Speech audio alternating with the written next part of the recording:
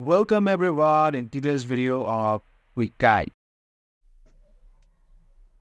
In this video, I'm gonna show you how you can download and install Degiro app in your mobile device.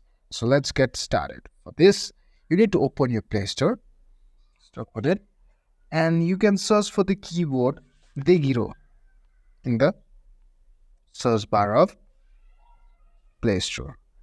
And you can see Degiro app icon in the search result. Simply click on it, and then simply click on the install button to process the download process.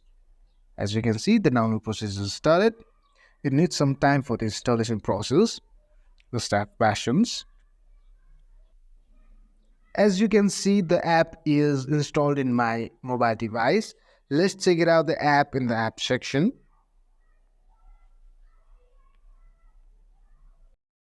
If you find our content helpful, then don't forget to like, share, subscribe, and comment down in the comment section below. Thanks for watching.